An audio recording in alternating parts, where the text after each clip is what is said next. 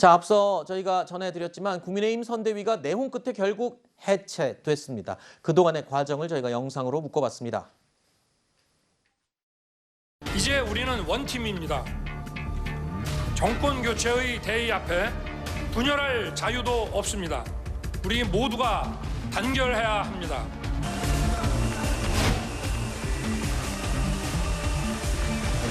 캠프에 모이는 사람들을 가리켜서 자리 사냥꾼이라고 이렇게 얘기를 하는데 그런 사람들을 갖다가 제대로 잘 선별을 하지 못하면 사실은 이 후보 당선에도 문제가 있을 텐데 김종인 총괄 선대위원장님께서는 하루 이틀 좀 시간을 더 달라고 해서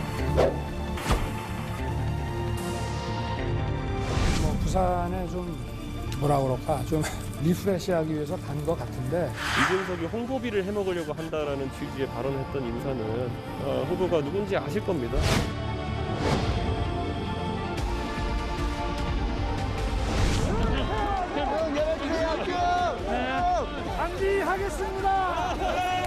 합의하겠습니다. 이제 앞으로 이 선대위가 어떻게 굴러가는가를 보시면 여러분들이 판단할 수 있을 것 같아요.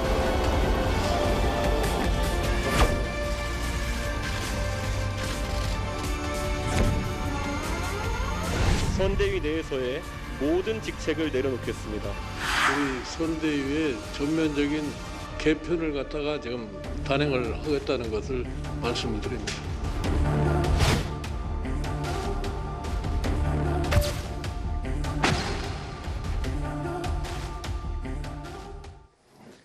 자, 이번 시간부터는 김효운 더불어민주당 선대위 대변인 그리고 김수민 시사평론가가 또 함께 하겠습니다. 두 분 어서 오십시오.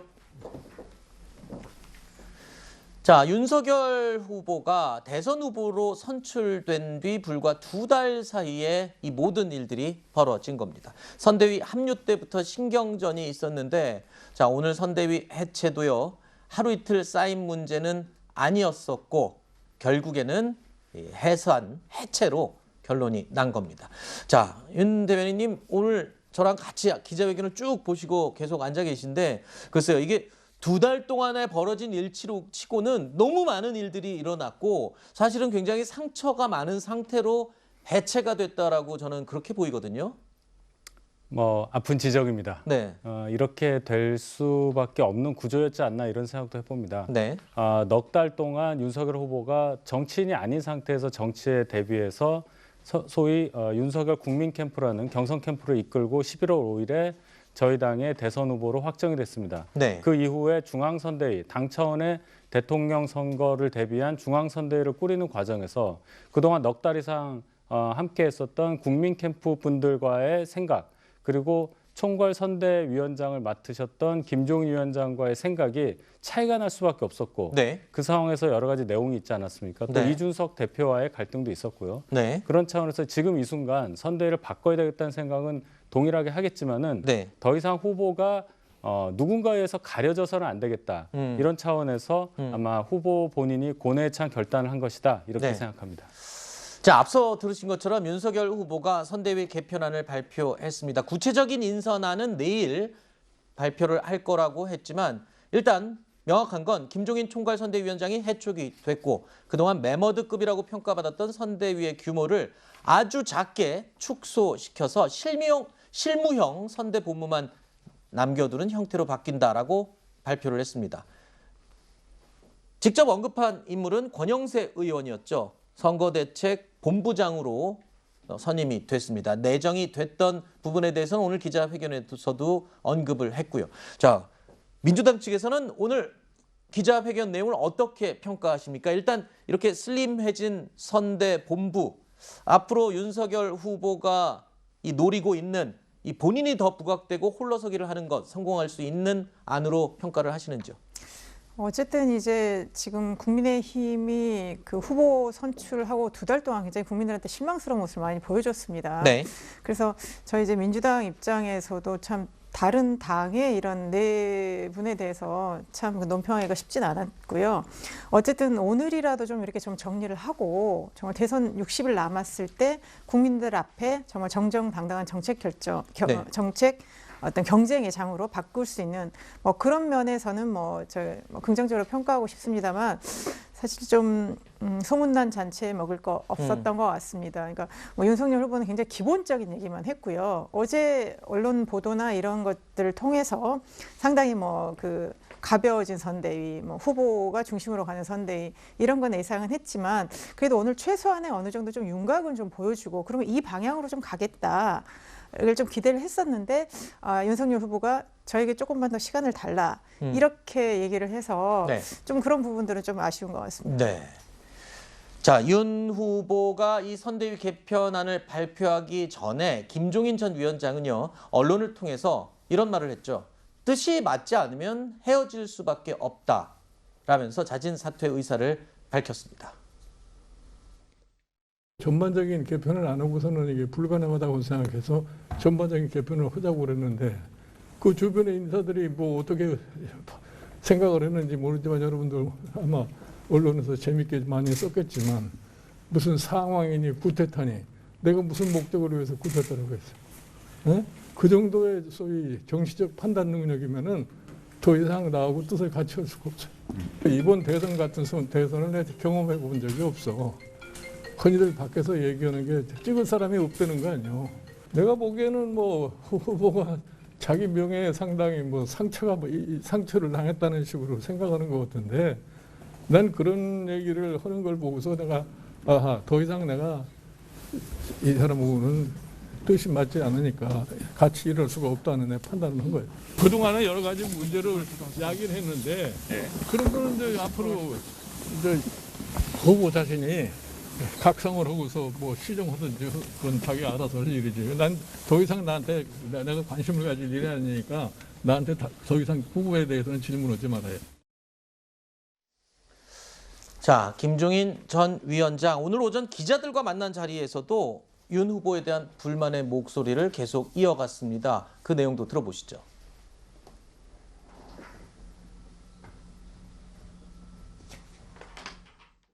선대위를 굉장히 단출하게 내가 해달라고 그렇게 얘기를 했는데 그러고서 한 열흘 동안 아무런 소식이 없었어. 그동안에 자기 나름대로 선대위를 다 요란하게 구성해가지고 갑자기 찾아와가지고 이렇게 만들었습니다. 그래서 내가 무슨 놈의 선대위가 이렇게 복잡하냔 말이에요. 그렇게 지금 보여요. 저 무슨 새시대위원회라는 거 만들었다가 그것도 이제 와서 이제 다시 없어지는 그런 과정을 거쳤고 뭐 상임선대위원장이라는 걸 만들어가지고 있다가 그 사람들 뭐 때문에 내가 만드는 그 사유도 내가 대략 알고 있는데 그래서 내가 처음에는 안 가려고 그런 거예요. 뭐 그 이상의 걸 설명할 필요가 없어요. 자, 김종인 전 위원장 오늘 기자회견 앞서서 전날부터 불만의 목소리를 계속 내왔었고요. 어쨌든 오늘 사실상 결별을 선언했고 그에 앞서서 본인이 먼저 나가는 거다 이런 모양새를 취하기도 했었는데 오늘 오전 기자회견에 대한 입장도 지금 나왔나요? 김종인 위원장? 네, 지금 곧바로 나오고 있는지는 좀 지금 속보로 들어왔는데요. 내용을 보여주실까요? 기자회견 후 입장을 밝혔는데요. 자, 어떤 내용으로 입장을 밝히냐면 후보 교체설이 이야기가 나오고 있는데 그런 것은 있을 수 없다. 지금 그렇게 입장을 밝혔습니다. 그리고 또 김종인 위원장이 앞으로도 조언을 좀 해주시리라 믿는다라고 아까 기자회견에서 윤 후보가 이야기를 했는데 그 부분에 대해서는 그냥 인사치레 얘기인 것 같다. 제3자가 뭐라 할 얘기 없다. 아마 사실상 결별을 또 확인해주는 그런 말인 것 같습니다. 윤석열에 실망한 지지층이 안철수로 이동하고 있다라고 김종인 위원장이 오늘 기자회견을 끝난 직후에 입장을 이야기를 했군요. 그러면서 1월 안에 잃어버린 지지율을 모두 회복해야만 승산이 있다라는 취지로 입장을 이야기했습니다. 그러면서 후보 단일화는 후보들끼리 논의할 사항이다. 그러니까 이 당 차원에서 논의할 부분이라기보다는 뭐 안철수 후보를 지금 염두하고 이야기를 하는 것 같은데 후보 단일화는 후보들끼리 논의할 사항이다라고 입장을 밝혔습니다. 일단은 결별이는 건 분명하고요. 지금 앞으로 지지율 1월 안에 회복 못하면 힘들 것이다. 안철수로 지지율이 이동하고 있다. 이런 식으로 분석을 했군요.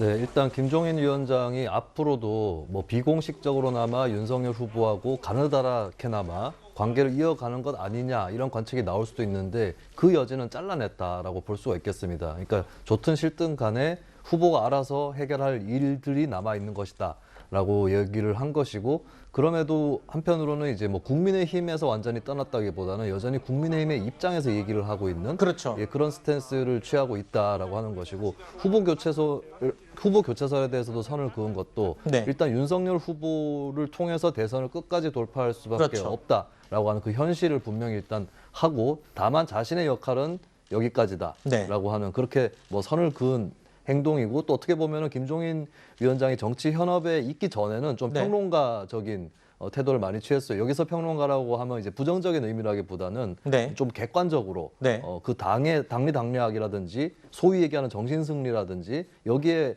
가깝지 않은 그것과는 거리가 먼 그런 태도로 건조하게 평론을 해왔는데, 그 모드로 돌아가고 있는 네. 그 모습이 보이는 것 같습니다. 지금 오늘 기자회견에 대한 김종인 전 위원장의 이 반응에 대해서도 지금 현장 취재 기자가 저한테 지금 전달하는 이야기는요, 뭐 까칠하거나 뭐 부정적으로 이야기를 했다기보다는 차분하고 담담하게 선대위 총괄 이 선대위 위원장을 내가 떠나는 거다라는 입장으로 이야기를 했고, 아까 지금 김수민 평론가께서 말씀하신 것처럼 1월 안에 지지율을 회복을 해야 될 거다. 그리고 또 이 다른 부분들도 이야기를 언급한 부분들도 일종의 조언으로 또 봐도 될 것 같은, 또 이번에 선거대책본부도 임태희 실장이나 또 권영세 의원이 존재하기 때문에 선을 완전히 긋거나 그런 분위기는 아니라고 지금 이 현장에서 이야기를 전해왔군요. 그렇습니다. 김종인 위원장이 어떤 뭐 자리를 탐하거나 정치적인 이득을 얻고자 선대위에 참여하신 분이 아니지 않습니까? 네. 큰 틀에서 정권 교체를 이루기 위해서 본인의 능력을 발휘할 수 있다면 선대위에서 일을 하겠다고 처음부터 시작을 하신 거고, 그런 차원에서 지금 어쩔 수 없이 선대위가 슬림화되면서 선대위가 해체되고 본인이 총괄 선대위원장에서 물러나게 된 이 상황에서, 그렇다고 해서 태도가 바뀌어서 윤석열 후보나 국민의힘에 뭔가 해가 되는 발언을 할 그럴 분이 절대 아니고 그런 상황도 아니라고 네. 생각합니다. 자, 이준석 대표를 향해서도 김종인 위원장이요, 윤석열 후보를 당선시켜줘야 한다. 그러니까 이 선대위는 해체됐지만 당 대표로서 이 국민의힘 후보인 윤석열 후보의 당선에 어떤 방식으로든 힘을 실어서 도움을 줘라라는 메시지를 전하는 것으로 해석이 됩니다. 자, 오늘 오전 11시에 있었던 윤석열 국민의힘 대선 후보의 기자회견 내용, 핵심 부분을 저희가 영상을 편집해서 다시 한번 들려드리겠습니다. 함께 보시죠. 많은 국민들께서 과연 정권 교체가 가능한 것인지 걱정하고 계십니다. 우리 선거대책기구와 국민의힘을 잘 이끌어 국민들께 안심을 드렸어야 했는데 그러지 못했습니다. 다 모두 오롯이 후보인 제 책임입니다. 오늘부로 선거대책위원회를 해산하겠습니다. 메모드라 불렸고 민심을 제대로 파악하지 못한 지금까지 선거 캠페인의 잘못된 부분을 인정하고 다시 바로 잡겠습니다. 또 저와 가까운 분들이 선대위에 영향을 미친다는 국민들의 우려도 잘 알고 있습니다. 앞으로 그런 걱정 끼치지 않겠습니다.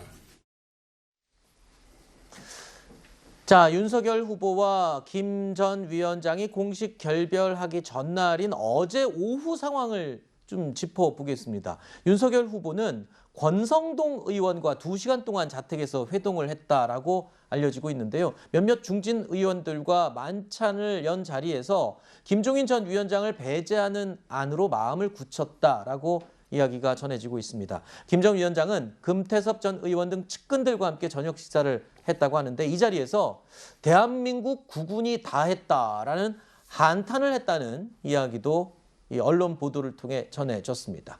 자, 윤 후보나 김 전 위원장이나 측근들과 이 상황을 공유를 한 것으로 보이는데, 김 전 위원장이요, 사퇴를 한 이상 측근들로 분류되는 분들도 앞으로 선대위에서 어떤 역할을 하게 될지도 굉장히 궁금합니다. 자, 윤 후보와 김 전 위원장이 결국 결별을 한 가장 큰 원인, 이틀 전 김 전 위원장의 발언이었다라는 분석이 지배적이었죠. 이 발언, 바로 연기론이라고 이야기가 돌았었는데 연기만 좀 잘해주면 된다라는 내용이었는데 들어보시죠. 내가 당신의 비서실장 노릇을 선거 때까지 하겠다. 후보도 태도를 바꿔서 우리가 해준 대로만 연기만 좀 해달라 이렇게 부탁을 했습니다. 그동안에 후보가 얘기를 해가지고 뭐 말 실수해가지고서 이러고 저러고 말이 있는데 그런 걸 바로잡으려면 다른 방법이 없잖아. 사실 언론 보도 내용들을 보면 그 연기론, 이 선대위에서 정해주는 대로 연기만 좀 잘해주면 좋겠다 이 말 때문에 윤 후보가 격분을 했다, 격노했다 이런 얘기가 지금 곳곳에서 나왔었거든요.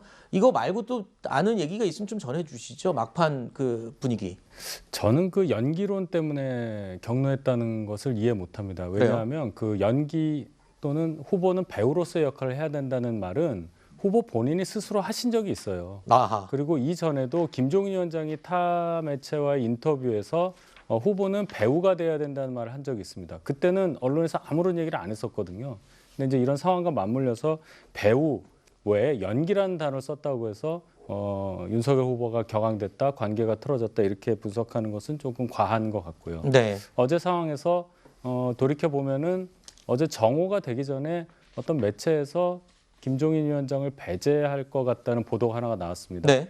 거기서부터 좀 전혀 예상이 다르게 흘러가는 상황에서 아하. 많이들 당황을 했었고 그런 차원에서 아마 김종인 위원도 그 다음부터는 표정이 많이 바뀌시고 예, 그랬던 분위기가 있었습니다. 자, 김종인 전 위원장뿐만 아니라 오늘 오전 윤석열 후보의 측근으로 불리는 인물이죠. 권성동 의원도 당 사무총장직에서 물러났습니다. 결국은 우리가 이제 지지율이 하락한 데 대해서 사무총장으로서 책임을 지고 제가 사퇴를 하고 또 조직이 슬림화되는데 소위 윤석열 후보의 최측근으로 불리는 제가 먼저 솔선수범 책임을 지는 것이 저는 그것이 정치적으로 옳다라고 판단을 했고요. 결국 취지는 우리가 어디 자리에 있든지 간에 힘을 합해서 정권 교체를 위해서 매진하자라는 그런 의미로 썼습니다.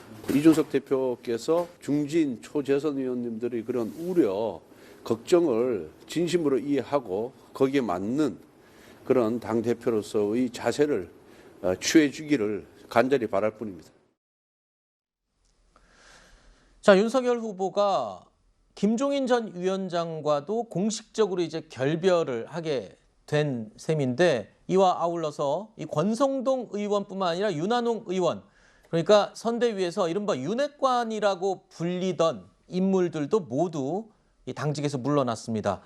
이른바 백의종군을 선언한다라고 이야기가 나오고 있는데 측근들의 이런 움직임, 아까 기자회견에서는 그런 질문이 나왔어요. 당직에서 물러났다고 해도 이 측근으로서의 영향력은 계속 끼치는 게 아니냐라는 질문도 나왔는데 김종인 위원장이 떠났으면 이 측근이라고 불리는 인물들도 떠나야 되는 게 아니냐, 뭐 이런 공식이 되는 건가요? 일단은 선대위를 쇄신하겠다고 했기 때문에 그 동안에 어떤 무리를 일으켰다고 생각되는 분들은 정리하는 게 이제 당연한 거죠. 근데 뭐 후보와 관계가 있고 뭐 어떤 또 지역이나 이런 데서 국회의원이기 때문에 영향력은 있겠습니다만 어쨌든 모양새는 당 내분을 정리하는 그런 방식으로 후퇴하는 게 맞는데 지금 저는 그 윤석열 후보와 국민의힘이 이렇게까지 오게 된 게 여러 가지 요인이 있지만 어쨌든 초기에 그 핵심 측근이라고 하는 윤핵관이라는 그 실체와 영향력은 뭐 서로 평가가 다를 수 있겠습니다만 그 부분에서 굉장히 시작된 부분이 많은 것 같습니다. 네. 근데 어디나 측근들은 있거든요.